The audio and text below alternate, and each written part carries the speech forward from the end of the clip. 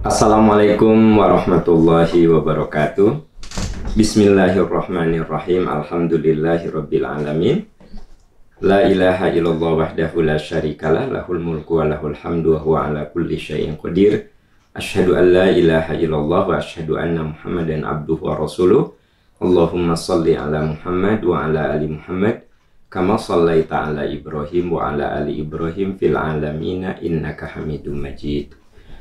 Sahabat percikan iman yang Allah muliakan, hari Senin ini kita akan isi dengan membedah tafsir Al-Hikmah yang ada di tangan saya ini. Tidak terasa teman-teman sekalian, kita sudah ada di halaman 335 dari 420 halaman yang ada di buku ini. Surat demi surat kita lewati, ayat demi ayat kita telaah. Ya, mudah-mudahan ini akan memberikan kemanfaatan, pencerahan pada kita semua. Hari ini kita akan memasuki surat yang baru, surat Al-Infitor. Surat Al-Infitor adalah surat ke-82 yang tertera dalam juz Amma. Al-Infitor itu artinya terbelah, hancur, terbelah, infitor. Kemudian surat ini terdiri dari 19 ayat dan termasuk surat Makkiyah. Surat Makkiyah itu artinya surat yang turun ketika Rasulullah belum berhijrah. Saya perlu tegaskan cara merumuskan Makkiyah dan Madaniyah. Ada yang menurut hemat saya kurang tepat kalau orang mengatakan ayat Makkiyah adalah ayat yang turun di Mekah, ayat Madaniyah ayat yang turun di Madinah. Nah, ini dalam pelajaran di sekolah ya, saya pernah beberapa kali baca buku pelajaran sekolah. Ini pendefinisiannya kurang tepat. Anak-anak, surat Makkiyah apa yang turun di Mekah? Madaniyah apa yang turun di Madinah? Nah, ini kurang tepat karena bagaimana kalau turunnya di Mekah padahal Nabi sudah ada di Madinah? Apakah Makkiyah atau Madaniyah? Maka definisi yang akurat dalam ilmu ulumil Quran, yang namanya Makkiyah itu surat yang turun sebelum hijrah. Madaniyah adalah surat yang turun, ayat yang turun setelah hijrah. Jadi ketika turun ayat al-yauma akmaltu lakum dinakum wa atmamtu alaikum nikmati wa raditu lakumul islam madina, ini turun di Mekah, di wilayah Mekah. Tapi kenapa disebut Madaniyah? Karena ini turun ketika Rasulullah berhaji dan Nabi sudah berhijrah, gitu. Ya. Jadi formula pendefinisian deskripsi tentang Makkiyah dan Madaniyah kadang ada yang belum tepat. Makkiyah adalah surat yang turun sebelum hijrah, Madaniyah yang turun setelah hijrah. Jadi ukurannya bukan tempat tinggal Nabi, tetapi hijrahnya Nabi. Nah, itu yang mungkin harus diluruskan. Ada sejumlah buku pelajaran untuk anak-anak yang menurut saya ya perlu dibetulkan, karena nanti akan confuse ketika Nabi sudah sudah ada di Madinah tapi ayatnya turun di Mekah.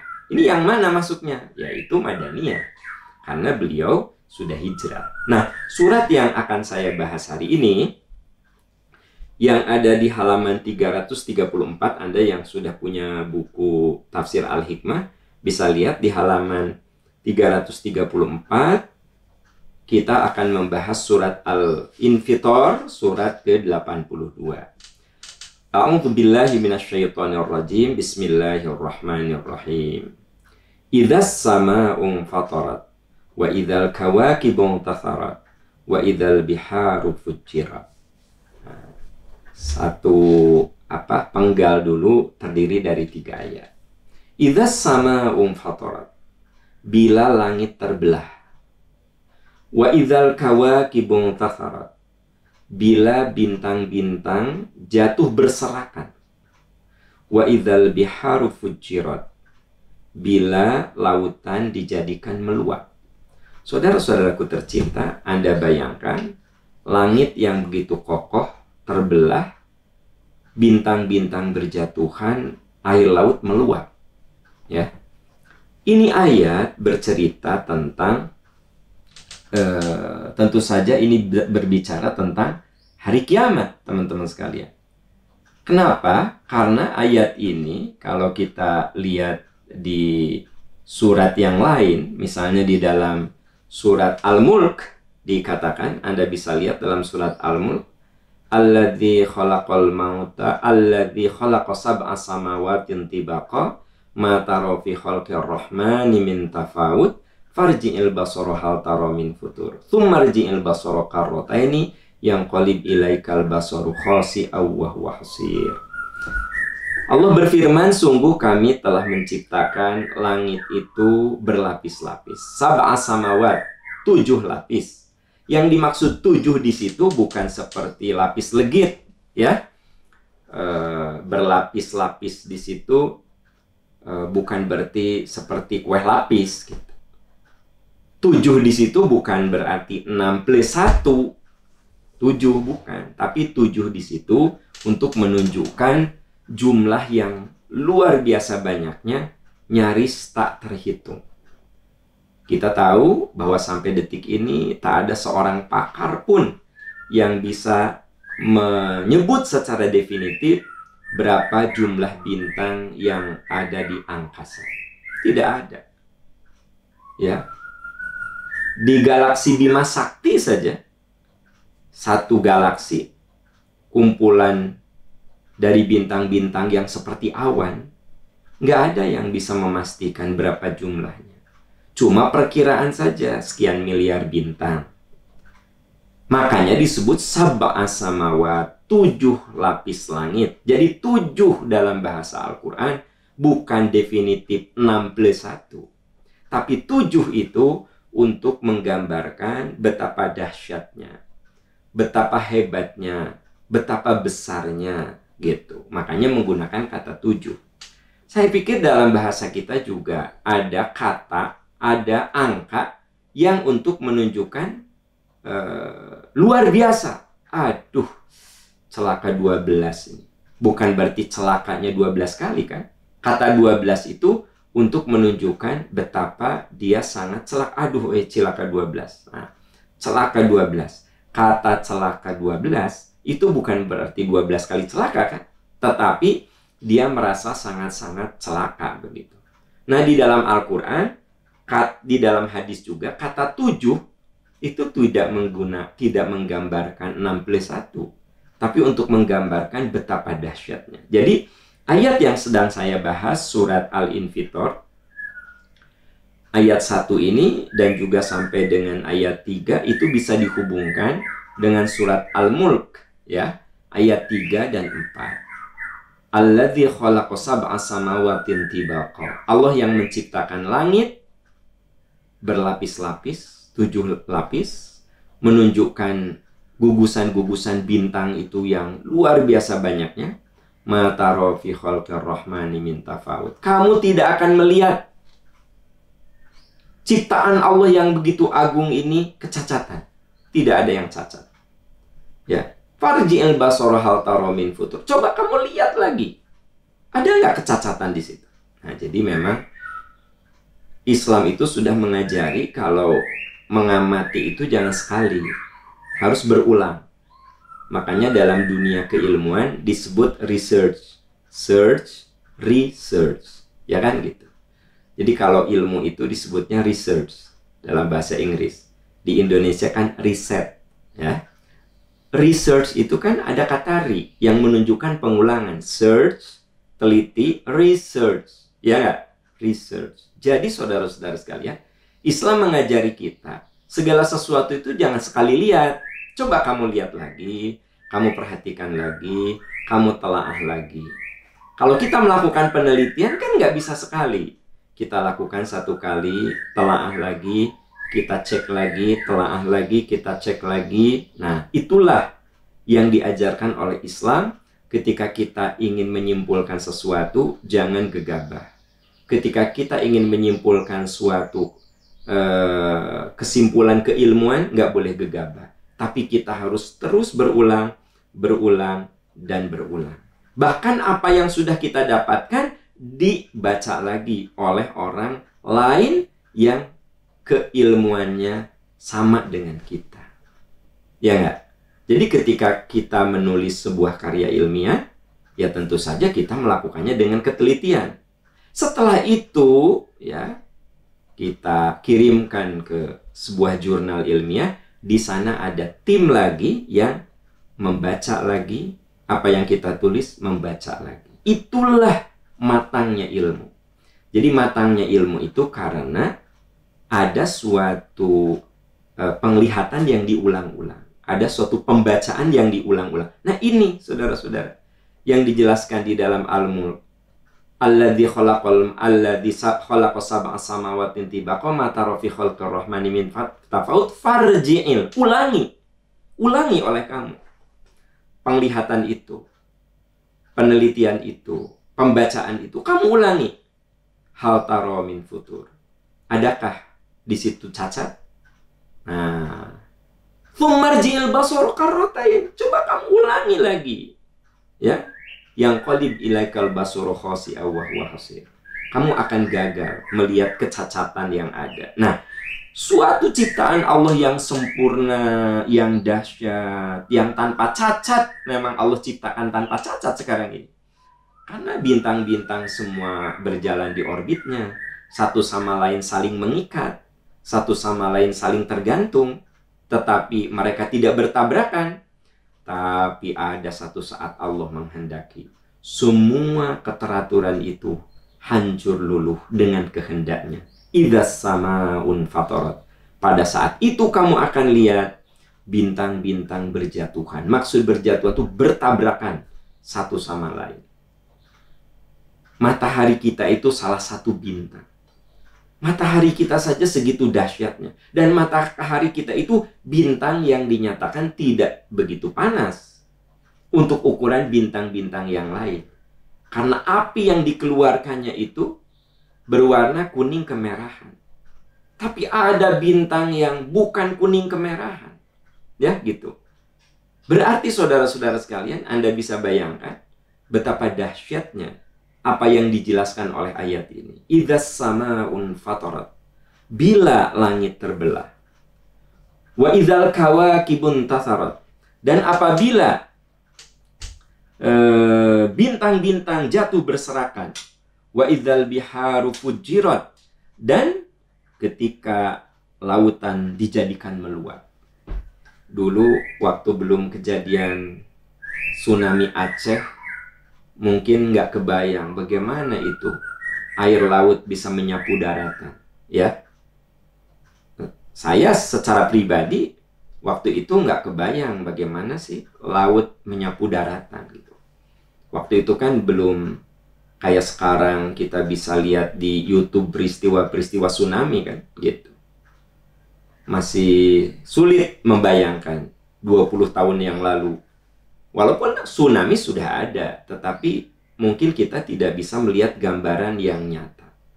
Tetapi begitu terjadi tsunami di Aceh, yang benar-benar meratakan kota, kita baru sadar bahwa ternyata ketika air laut itu meluap, itu bisa menghabiskan apa yang ada di daratan. Bisa habis semuanya. Seperti peristiwa tsunami di Aceh itu. Nah, saudara, itu peristiwa kecil dalam konteks kiamat. Itu peristiwa kecil dalam konteks kiamat. Nanti tentu saja ada yang lebih dahsyat lagi. Karena luasnya lautan kita, ya, luasnya daratan dibanding dengan lautan, daratan kita cuma 1/3 atau 1/4 dari lautan. Berarti isi bumi ini lebih banyak airnya daripada daratannya. Nah, semua terhempas habis. Terhempas habis. Itu yang disebut dengan wa idzal biharu fujirat. Ketika air laut itu meluap dan menghabiskan apapun yang ada di daratan. Sahabat tercinta, ini ayat bicara apa? Ini ayat bicara tentang dahsyatnya kiamat. Bicara tentang dahsyatnya kiamat. Orang yang tidak beragama, mereka juga tahu berdasarkan analisa-analisa ilmiah bahwa segala sesuatu itu akan ada ujungnya, akan ada kehancurannya. Bumi kita sekarang udah mulai sakit-sakitan. Banyak ozon yang bolong-bolong, ya. Kemudian kutub utara, kutub selatan, terjadi pencairan es yang ada di sana. Lautan tiap tahun itu airnya nambah sekitar 5-10 cm. Sehingga diperkirakan 200 tahun yang akan datang, kalau dunia ini belum kiamat, banyak sekali pulau-pulau yang hilang di daratan ini. Di muka bumi ini banyak pulau yang hilang 200 tahun ke depan. Kenapa? Ketika kutub utara dan kutub selatan itu esnya mencair, otomatis air laut naik. Dan konsekuensinya ada pulau-pulau kecil yang nanti habis, saudara-saudara sekalian. Nah, itu kan sudah diyakini oleh para ilmuwan. Dan para ilmuwan juga, sekalipun dia tidak bertuhan, yakin bahwa memang bumi ini suatu saat bakal hancur. Makanya mereka membuat proyek-proyek bagaimana pindah ke planet lain, kan gitu. Ini kan bukan cerita fiksi, tetapi memang sudah ada kenyataannya. Ada upaya-upaya, perjuangan-perjuangan untuk kemungkinan hidup di planet lain. Saudara-saudaraku tercinta, orang yang tidak bertuhan, mereka tahu kiamat akan terjadi. Dan ketika setelah kiamat, itulah the end of the universe. Itulah berakhirnya alam semesta. Finish, sudah sampai di situ. Udah selesai. Tapi bagi kita bukan itu. Kita yakin akan terjadi kiamat. Tapi kiamat itu bukan ending dari kehancuran semesta. Bukan. Tetapi kiamat itu merupakan awal untuk kehidupan baru. Itu yang membedakan antara kita, orang yang beragama, dan yang tidak beragama. Saudara-saudaraku tercinta, coba perhatikan ayat berikutnya. Nah, ini ayat berikutnya. Wa idzal quburu bu'thirat alimat nafsum ma qaddamat wa akharat. Nah, ini yang tidak diyakini oleh orang-orang yang ateis, orang-orang yang sekuler, yang tidak percaya setelah kiamat itu bakal ada kehidupan baru. Sekali lagi, ya, saya tegaskan bahwa orang yang sekuler pun, orang yang tidak bertuhan pun, mereka dengan kadar keilmuanannya sampai pada titik ya di suatu hari alam ini bakal hancur gitu. Jadi kalau saya ikuti kajian-kajian di dunia keilmuan, kan ada Bapak Ibu mungkin berlangganan TV-TV yang bersifat keilmuan ya gitu. Saya beberapa kali menonton tentang teori kesemestaan. Dari mulai bumi ini ada, dengan teori Big Bang-nya terjadi suatu ledakan maha dahsyat di kesemestaan ini. Kemudian dari ledakan dahsyat itu terjadilah gugusan-gugusan bintang, terjadi planet, maka bumi dan seterusnya. Kan sudah divisualisasikan secara keilmuan sekarang ini yang kayak begitu.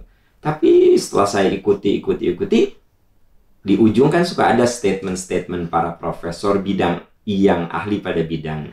Rata-rata mereka mengatakan, ya satu saat pada akhirnya akan kembali lagi alam ini menjadi hening. Jadi alam itu tadinya hening, kesemestaan ini terjadi suatu ledakan dahsyat dan ujungnya akan menjadi hening lagi. Ya, kalau saya simpulkan seperti itulah dari pembicaraan para pakar-pakar. Ini isyarat bahwa mereka tahu, yakin bahwa alam ini bakal hancur satu saat gitu. Secara keilmuan akan hancur. Tapi hancur ya sudah. The end di situ, berakhir di situ, ya. Udah selesai. Tapi bagi kita bukan di situ. Setelah alam semesta ini hancur, maka Wa idzal quburu bu'thirat. Nah ini, bila kuburan-kuburan dibangkitkan. Nah saudara-saudara, ini yang membedakan. Jadi kita yakin bahwa setelah kiamat itu akan terjadi kebangkitan. Dan kebangkitan ini memang hanya bisa diterima oleh keimanan. Sebab kalau dasarnya menggunakan scientific method, metode ilmiah, kan metode ilmiah itu rumusnya harus logik dan empirik, kan itu. Berarti sesuatu yang logik dan empirik, ya itu disebut ilmiah. Scientific method, logiko, hipotetiko, verifikatif. Ada alasan-alasan logis, dibuat dugaan-dugaan, diverifikasi. Nah, itu scientific method. Berarti kebangkitan itu di luar wilayah tadi. Kenapa? Karena tidak ada verifikasi. Coba, jangankan kebangkitan. Anda yakin nggak setelah mati bakal ada kehidupan? Kalau dunia kedokteran hanya sebatas mengatakan ini orang sudah mati. Karena apa? Sebatas empirik bahwa orang mati itu tandanya ini. Gitu. Gimana dok? Sudah. Ini sudah meninggal. Nah, dokter sebatas logiko, hipotetiko, ya, empirik, logiko, hipotetiko, verifikatif. Dokter sebatas itu karena memang beliau ilmuwan pada bidang itu. Nah, tapi ketika ditanya, dok, ini ruhnya kemana? Nah, itu tidak dipelajari dalam dunia kedokteran.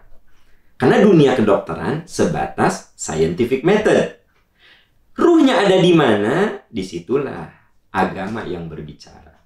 Agama yang diyakini oleh sang dokter. Ya, kalau dia orang Islam, ya semoga ruhnya diterima di sisi Allah, ruhnya bahagia di sana, ibu yang sabar saja. Nah gitu. Maka dokter ketika berbicara, ibu yang sabar, ini takdir Allah, tidak bisa kita tolak, semoga almarhum ruhnya di sisi Allah Subhanahu wa taala, innalillahi wa inna. Ketika Pak Dokter ngomong begini, dia sudah keluar dari wilayah scientific method. Dia sudah masuk dalam wilayah spiritualitas. Nah, jadi saudara-saudaraku sekalian, ada wilayah-wilayah yang memang tidak bisa disentuh dengan scientific gitu. Dengan scientific method itu, dengan metode ilmiah nggak bisa disentuh, yaitu dimensi-dimensi spiritualitas. Seperti kalau orang udah meninggal, ruhnya ada di mana? Nah, itu tidak bisa dijelaskan kecuali sam'iyat. Sam'iyat itu Anda dan saya kudu mencari informasi dari sumber yang dasarnya belief, kita yakin, iman, yaitu kitab suci. Umat Islam punya kitab suci, umat Kristiani punya kitab suci. Ya. Nah, kitab suci itulah yang diyakini akan bercerita tentang kehidupan sesudah mati. Maka narasi orang Islam, deskripsi umat Islam tentang kebangkitan, tentang alam barzah, tentang ruh, berbeda narasinya dengan umat Kristiani, umat Hindu, umat Buddha. Tapi mereka-mereka itu karena beragama, paham, yakin, punya konsep tentang kehidupan sesudah mati. Jadi setiap agama punya narasi, punya deskripsi yang berbeda-beda berdasarkan informasi dari kitab suci yang diyakininya. Nah, kita umat Islam, saudara-saudara, ketika berbicara tentang kehidupan sesudah mati, narasinya, deskripsinya, gambarannya ada di dalam Al-Quran dan Sunnah Rasul yang sahih. Kalau Anda lihat surat Fussilat ayat 31, surat Fussilat ayat 30, ya, di situ dikatakan innalladzina qalu rabbunallah tsumastaqamu tatanazzalu alaihimul malaikah alla takhafu wa la tahzanu wa absyiru bil jannati allati kuntum tu'adun. Orang yang hidupnya istiqomah, lempeng, lurus, berkomitmen dengan nilai-nilai kebenaran, nilai-nilai agama, maka kalau dia meninggal, ruhnya disambut oleh malaikat rahmat. Nah, ini di luar nalar. Ini di luar wilayah logika, hipotetiko, verifikasi. Ini di luar logika dan verifikasi ilmu. Kenapa? Ya nggak bisa. Anda bisa nggak sih mewawancara orang yang sudah wafat? Nggak bisa kan? Nah, berarti di luar wilayah empirik ini. Jadi gimana? Anda dan saya harus yakin dengan informasi yang ada dalam kitab suci yang kita yakini, yaitu Al-Quran. Makanya di ayat itu, orang-orang istiqomah yang teguh pendirian, dia akan diberi kabar gembira oleh malaikat saat meninggal. Allah takhofu, kamu tidak perlu takut. Wala tahzanu, kamu tidak sedih. Tidak perlu sedih. Wa abshiru bil jannati lati kuntum tu'adun. Surga menunggu kamu. Nah, semoga kita semua yang hadir hari ini saat wafat diberi kabar gembira oleh malaikat seperti ini. Sehingga ruh kita tersenyum. Biarkan orang-orang hidup menangisi kita. Yang penting kita bisa tersenyum saat berpulang. Sebaliknya, na'udzubillah, tsumma na'udzubillah. Ada orang yang ketika meninggal, hatta idza jaa ahadahumul maut, ketika kematian menjemput, qala rabbirji'un la'alli a'malu sholihan fima tarak. Tuhan, kembalikan ruh ke dalam jasad saya agar saya bisa berbekal diri dan beramal soleh. Inilah jeritan orang-orang yang lalai dalam kehidupan. Makanya kita kudu bersyukur kepada Allah. Mudah-mudahan dengan ikut kajian pagi ini, kita termasuk orang yang tidak lalai akan kehidupan yang abadi nanti.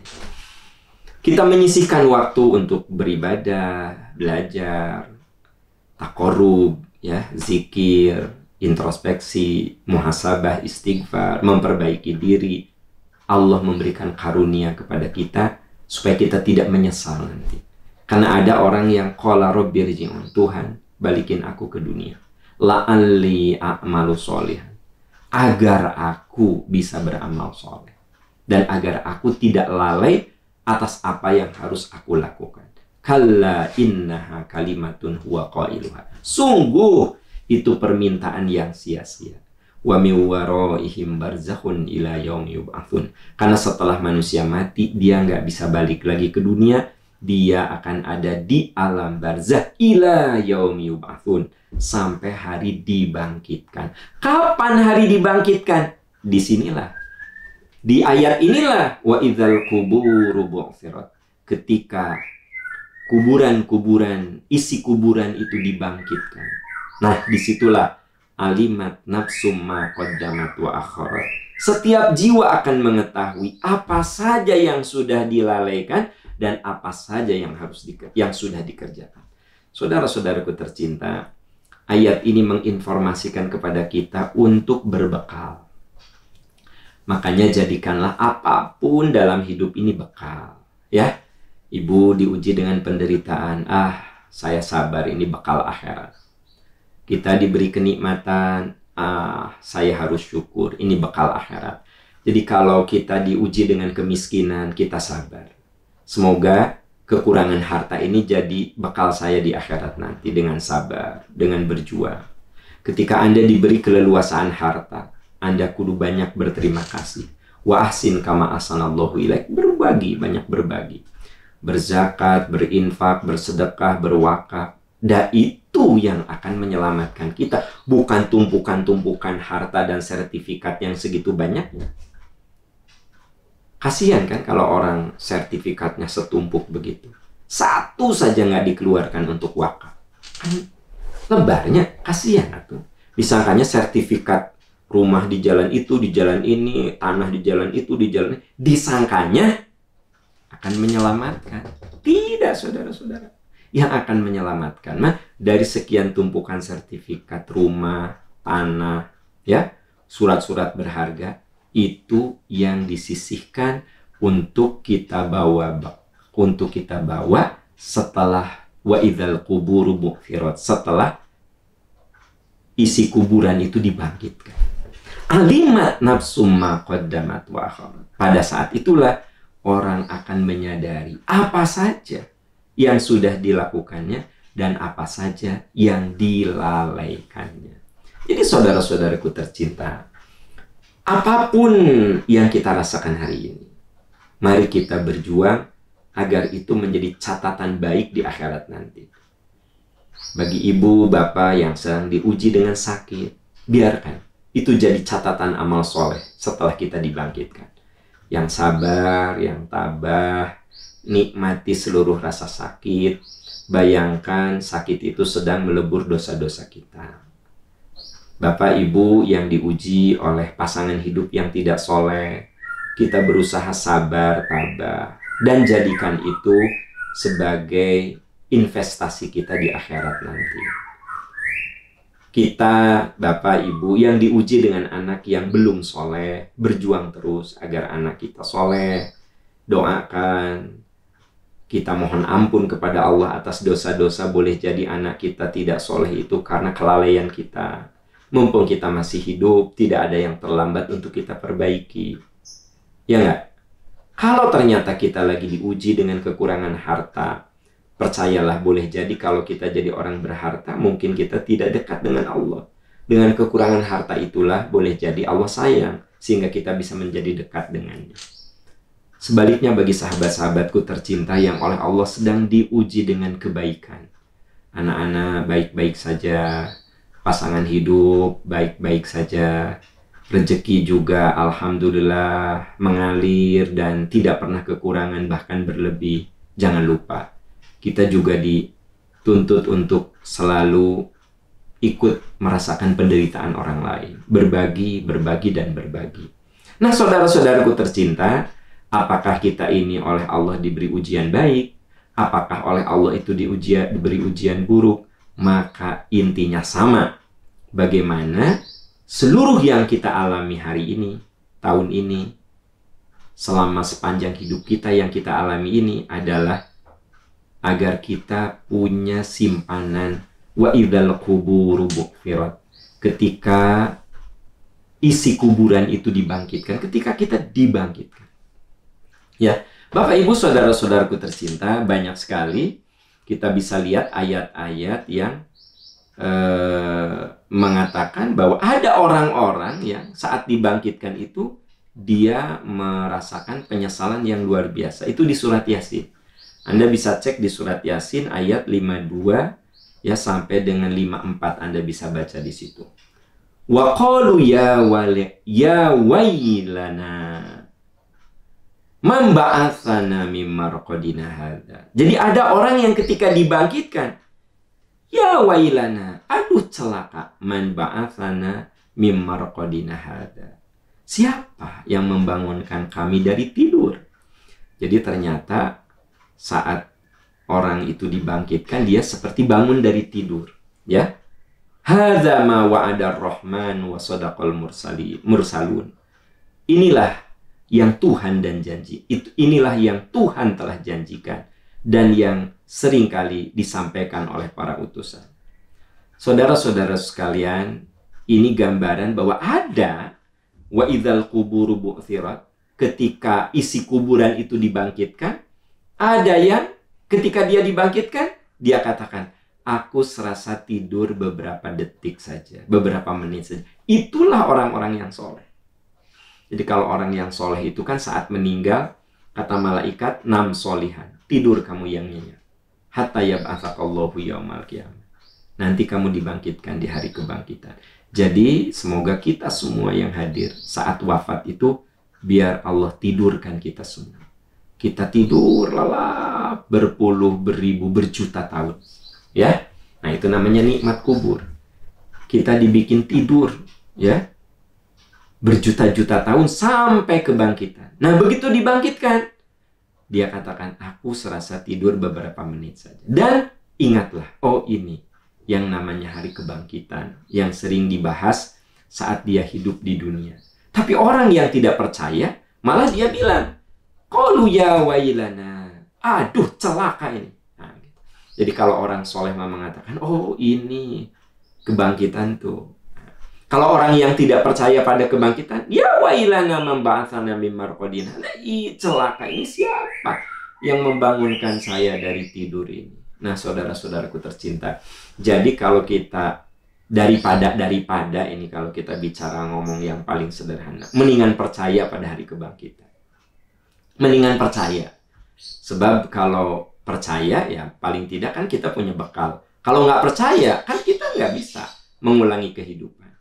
Nah, jadi inti keberagamaan, saudara-saudara, ketika kita meyakini ada sebuah peristiwa yang di luar nalar dan empirik manusia, di luar logika dan empirik manusia, yaitu alam barzah dan kebangkitan. Itu di luar empirik, di luar nalar manusia. Ini mah hanya bisa diterima oleh dasar-dasar keimanan. Dan Anda perlu tahu bahwa yang ada di tangan saya, tafsir Al-Hikmah ini, semuanya surat-surat yang ada di Juz Amma. Dan Juz Amma itu banyak membahas tentang keimanan. Ciri khas dari Juz Amma itu banyak bahas tentang keimanan, terutama keimanan pada hari kebangkitan. Salah satunya ini, ya.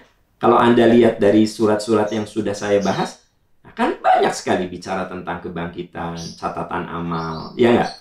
Waktu sebelum surat ini, surat Al-Mutaffifin, kan bicara tentang catatan amal. Bukankah itu berbicara kehidupan sesudah mati? Nah, ini juga bicara tentang kehidupan sesudah mati. Wa idzal quburu bu'thirat alimat nafsum ma qaddamat wa akharat.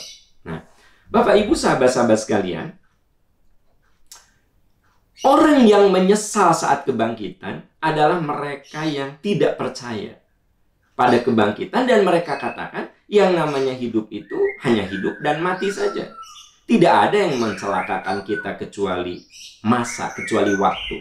Coba Anda lihat di surat Al-Jathiyah ayat 24. Coba cek surat Al-Jathiyah ayat 24. Wa qalu, ya, ma hiya illa hayatuna dunya namutu wa nahya wa ma yuhlikuna illa dahru. Katanya, kita kan hidup di dunia ini, lahir, mati, terus yang menghabiskan kita kan, yang membuat kita ini selesai kan cuma waktu. Nah, maksudnya, ya kita mah lahir, makan, minum, beranak, mati. Jadi apa? Tidak ada yang menghancurkan kita kecuali waktu, illa dahru, kecuali waktu yang habis. Wa ma lahum bidzalika mina ilmin inhum illa yadhunnun. Itulah dugaan yang salah dari orang-orang yang tidak punya keimanan kepada hari kebangkitan. Mereka mengatakan seolah dunia mah ya duniawi lah gitu. Ya, jadi kalau misalnya diajak untuk yuk berbekal akhirat, ya, jadi mungkin lisannya tidak menolak, tetapi kelakuannya yang menolak. Jadi kalau misalnya ada orang yang berharta tapi tidak mau berbagi harta, kan itu secara tidak langsung dia tidak percaya kepada kebangkitan. Secara tidak langsung, tapi dia menggunakan bahasa nonverbal gitu. Tidak nolak, tidak apa, tapi nggak peduli gitu. Nah, itu kan bahasa nonverbal bahwa kita mau omong kosong we, dah paeh mah paeh we gitu. Mati mah mati aja. Emang kalau udah mati gimana? Nah, gitu. Dan yang begini teh teman-teman tidak sedikit kan. Makanya dibahas di Quran juga. Bahwa ada orang yang menjalani hidup seolah-olah yang akan menyelesaikan dia adalah waktu. Makanya ada orang yang lalai dengan sholatnya, lalai dengan puasanya, lalai dengan kewajiban sebagai suami, sebagai istri, sebagai anak. Jadi dia hidupnya itu ya mau-maunya dia aja. Lalai lah, ya kan? Tidak ada terpikir bahwa kalau aku mati apa sih yang aku bawa? Nah, pokoknya mah dinikmati, ya. Just having fun aja, ya fun aja. Senang-senang, senang-senang kan gitu. Kumpul-kumpul, bikin sosialita, wah, pamer, saling pamer kekayaan, saling pamer kemewahan. Ya, itulah kesenangannya sampai di situ. Tidak kemudian ditarik pada dimensi-dimensi spiritualitas. Tidak ditarik pada wilayah yang mengingatkan bahwa satu saat kita akan ada kehidupan baru. Nah, untuk menjelaskan kehidupan baru setelah dunia ini yang tidak gampang. Karena hanya bisa diakses dengan potensi keimanan. Kalau tidak ada keimanan, Anda jelaskan kayak apapun, dia nggak akan terima. Apalagi orangnya takabur, sombong. Agama itu omongan orang-orang bodoh dan omongan orang-orang yang putus asa. Kan ada orang yang kayak gitu. Agama tuh tempat larinya orang-orang putus asa dan gagal. Nah, makanya ada agama untuk menghibur diri. Kan ada orang yang seperti itu.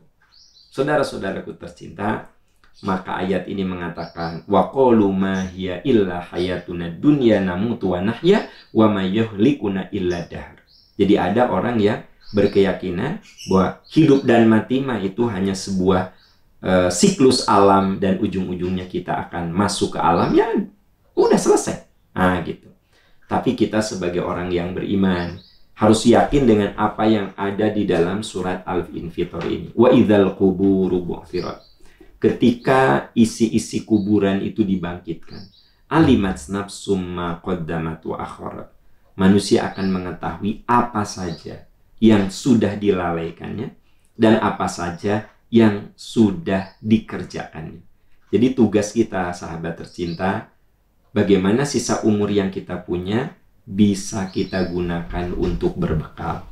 Harta yang kita punya digunakan untuk berbekal. Coba belajarlah dari saudara-saudara kita yang sudah berpulang. Perhatikan.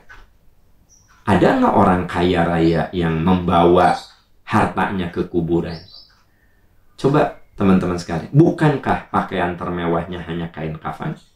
Bukankah kendaraan terhebatnya hanyalah ambulan?